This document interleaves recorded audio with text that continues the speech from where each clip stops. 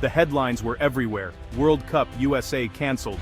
FIFA moves tournament to Canada, December 8, 2025, a day of disbelief for American soccer fans. FIFA President Gianni Infantino stood in Zurich announcing the unthinkable. The 2026 World Cup was stripped from the United States. The tournament would now be hosted entirely by Canada. Shockwaves hit instantly. Across the US, from corporate boardrooms to family living rooms, the reaction was stunned silence. Years of preparation, billions spent, and national pride, all gone in a single press conference. The dream had vanished. The world was still coming to North America, but the party had moved north. Infantino cited insurmountable logistical and legal challenges. He spoke of protecting the tournament's integrity, but his words rang hollow. For millions, it felt personal. This wasn't just about soccer, it was about America's place on the world stage. The message was clear. The US was no longer a suitable host. Questions erupted. Why? How could this happen? News anchors scrambled, experts speculated. Was it politics, money, or a FIFA power play? The truth was buried in corporate speak. One thing was certain. The 2026 World Cup, meant to unite three nations, had become a source of division. The US was out. Canada was in. Mexico's role as co-host remained, but the heart of the tournament had shifted. The sense of loss was immediate and profound. The decision was final, effective, immediately. The Zurich press room buzzed with disbelief. Infantino's announcement marked a turning point in sports history. The United States, once the centerpiece, was now on the outside looking in. The world watched as a new, uncertain chapter began. The shock would soon give way to anger, confusion, and a desperate search for answers. The World Cup had never felt so far away. In the US, heartbreak was everywhere. Cities like Los Angeles, Dallas, and New York fell silent. Stadiums and murals now symbols of a lost dream. Fans posted photos of useless tickets and unworn jerseys, their excitement replaced by anger and betrayal. Supporters groups saw years of planning evaporate overnight. The economic impact was immediate. Hotels, airlines, and small businesses faced ruin as bookings and investments collapsed. The projected economic boom turned into a bust. The U.S. Soccer Federation was thrown into chaos, besieged by furious calls from sponsors and city officials. Officials who once celebrated the bid now faced a firestorm of criticism. The image of American soccer's rise was shattered. The nation was left with a single, painful question. What went wrong? The search for answers, and someone to blame, had just begun. The World Cup dream was gone, leaving only confusion and regret. America's soccer future was suddenly in doubt.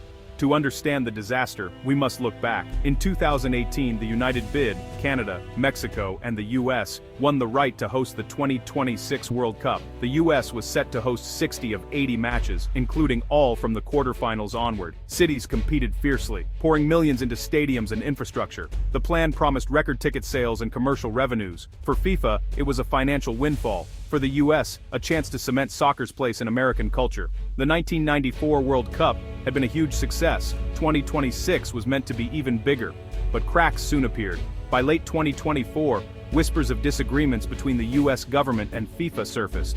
Issues over tax exemptions, work permits, and legal control were dismissed as minor, until they weren't. The public focused on the countdown, never imagining the US could lose the World Cup.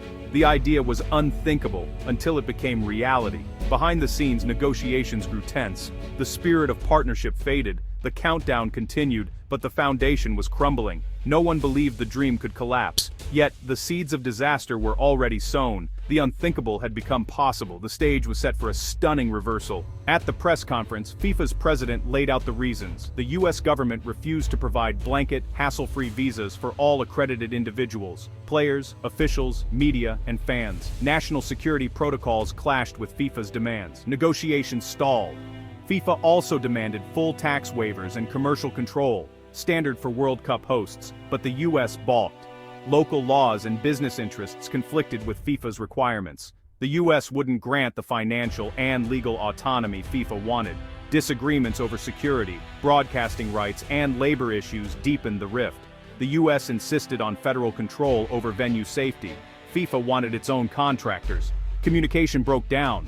Insiders described a toxic relationship between FIFA and US officials. Each side accused the other of breaking promises. In the end, FIFA saw too much risk and uncertainty. With time running out, they moved the tournament to Canada. The decision was drastic, but FIFA felt it had no choice. The partnership was over. The world's biggest sporting event would go on, just not in America. The fallout would be enormous. The economic fallout was catastrophic. Host cities lost billions in investments. New transit lines, hotel renovations, and stadium upgrades now seem pointless. Thousands of jobs vanished overnight. The World Cup was meant to unite Americans. Instead, it deepened divisions. Blame flew between government and FIFA, fueling political debates and social media outrage. The soccer community was devastated.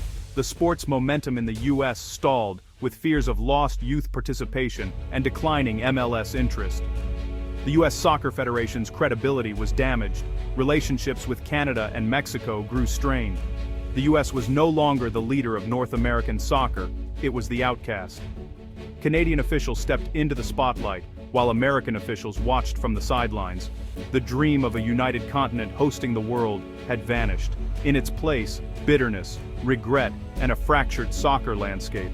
The World Cup's promise had become a cautionary tale. America's soccer future was more uncertain than ever. In Canada, the mood was jubilant. Originally set to host just 10 matches, Canada was now the main stage for the world. Celebrations erupted in Toronto, Vancouver, and beyond. Cities scrambled to upgrade stadiums and infrastructure. The challenge was immense. Canada had just 18 months to prepare, but the mood was determined and optimistic. Prime Minister Trudeau called it a historic opportunity, pledging full government support. The narrative Canada, the reliable neighbor, stepping up to save the day. For Canadian soccer, it was a game changer. Interest and investment in the sport exploded overnight. The Canadian Premier League saw a surge in attention.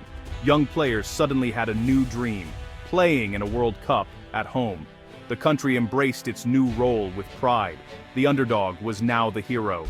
Canada was ready for its moment on the world stage. The US-Canada border became an emotional dividing line. To the south, a nation mourned. To the north, a nation celebrated. In Seattle, fans lamented their lost host status, while Vancouver prepared for the spotlight. The financial contrast was stark. US businesses faced losses. Canadian companies saw opportunity.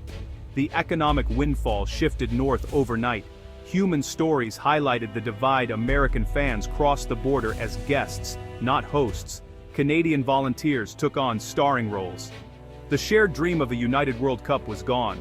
Diplomatically, leaders kept a professional front, but the relationship was altered. The US felt humiliation. Canada, pride. The power dynamic had shifted. For decades, the US was the big brother. Now, Canada held the cards. The World Cup, meant to unite, had driven a wedge between two close allies. The emotional landscape of North America was forever changed. The tournament would go on, but the spirit of unity was lost. The continent's soccer story had taken an unexpected turn. FIFA's decision sent shockwaves worldwide. International media led with the story. Headlines ranged from outrage to mockery. Social media exploded. FIFAgate trended. Memes went viral. Sympathy for American fans mixed with schadenfreude. Celebrities and athletes weighed in, from David Beckham's disappointment to Ryan Reynolds' celebration. Soccer federations called for clarity. Some saw it as a check on US influence. Fans worldwide scrambled to change travel plans, facing logistical nightmares. Forums filled with questions about Canadian visas and tickets. The decision affected millions, from sponsors to ordinary fans. It was a reminder. Boardroom decisions can upend lives everywhere. The World Cup's drama was now global. The beautiful game had never felt so unpredictable. The world watched, debated, and wondered what would come next. FIFA's move redefined international sports governance. It showed FIFA's power, but at a cost. The US, home to major sponsors, might rethink its investment in global soccer. Future host nations will be wary, weighing benefits against ceding control. The model of handing over national authority to sports federations is now in question. Governments may demand more protections for their sovereignty. The World Cup, once a tool of soft power, became a moment of embarrassment for the US. The incident exposed the complex ties between politics and sport. The 2026 World Cup will be remembered for its off-field drama as much as the matches. For Canada, it's a historic opportunity. For the US, a hard lesson. The rules of the game, on and off the field, may never be the same.